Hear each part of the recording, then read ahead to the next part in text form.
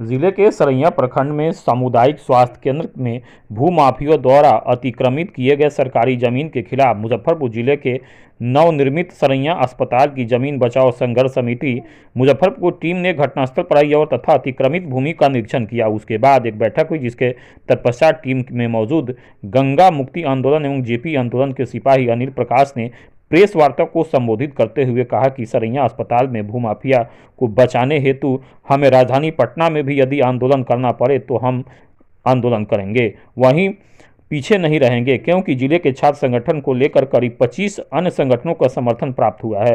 लंबा लड़ाई चलेगी और उसको लेकर के लगातार इसे मुक्त कराने के लिए संघर्ष किया जाएगा।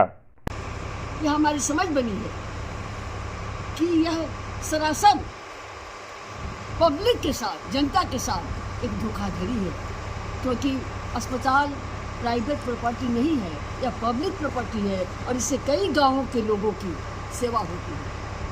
और उस जमीन का पर इस तरह का आतंक फैला करके जन जन के बीच, अभी हमारी अध्यक्ष बैठी हुई हैं, इन्होंने बताया कि 25 तक का अपनी जो ज़मीन इनको मिली है पर्चा कटाया। बताइए जनाब, जहाँ पर 25 तक का पर्चा कटा दिया लोगों ने, उसके बावजूद उसके ज़मीन को हड़प लेना यह आतंक नहीं तो और क्या है। छोड़ दीजिए इसको, छोड़िए ना। हम लोग इसका और अमीर साहब से यहाँ से 10 गांव के लोग इकट्ठे हुए हैं।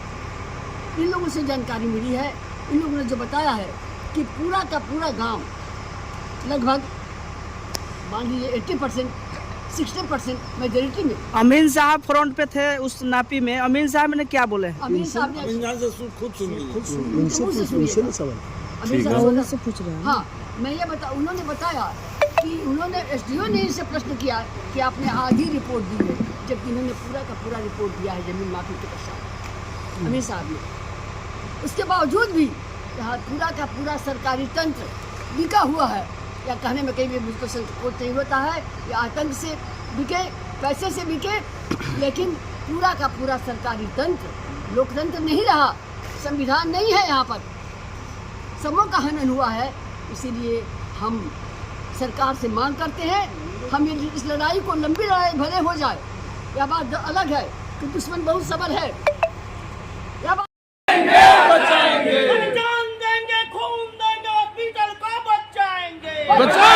बचाएंगे। दम है कितना दमन में तेरे, देख लिया है देखेंगे। कितना लंबा जेल है तेरा, देख लिया है देखेंगे। कितना लंबा जेल है तेरा, देख लिया है देखेंगे।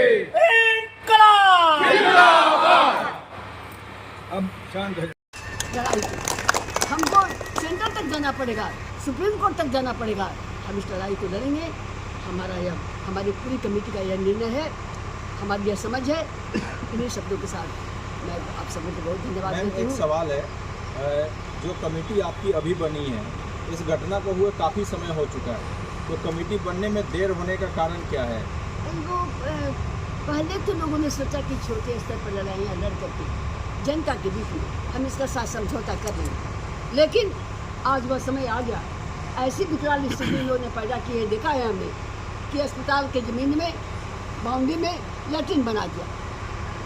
कोई प्रतिरोध सरकार की तरफ से नहीं हो रहा है, सरकार की तरफ से रुकावट नहीं हो रही है, रोड बना दिया। हाँ, रोड बना दिया। एक और सवाल, आपने बताया कि पूरा सरकारी तंत्र बिका हुआ है, अब आपकी जो लड़ाई होगी उसका रास्ता क्या तय करेंगे? जब पूरा सरकारी तंत्र ही, आपको सरकारी तंत्र से लड़ना है और उसी के माध्यम से आपको जीत हासिल होगी, और वो पूरा का पूरा बिक चुका है, तो आपकी लड़ाई कैसे होगी? हम चीफ मिनिस्टर से मिलेंगे, हम राज्यपाल से मिलेंगे, हमको आगे भी बढ़ना पड़ेगा तो वहाँ भी बढ़ेंगे, लेकिन इस लड़ाई को हम लड़ेंगे।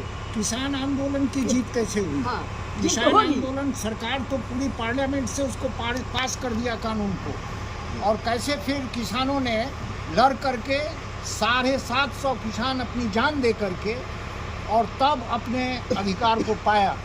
लड़ाई वही अब लड़नी होगी, अगर जिंदा रहना है, सर ऊंचा करके रहना है इस समाज में, और न्याय के लिए लड़ना है, तब अब इसी तरह की लड़ाई लड़नी है। और हम जानते हैं कि लड़ने वालों की कभी हार नहीं होती, पूरा यकीन हमको है। हम लड़ करके हासिल करेंगे अपना हक, जमीन लेंगे हम, चाहे इसके लिए किसी तरह का व्यवधान उपस्थित करने लोग। हमें किसी को, यहाँ जितने लोग हैं ना, सब शहीदों की कतार में हैं, इसलिए हमको किसी चीज़ की चिंता नहीं है। हम मजदूरों के बीच से आते हैं।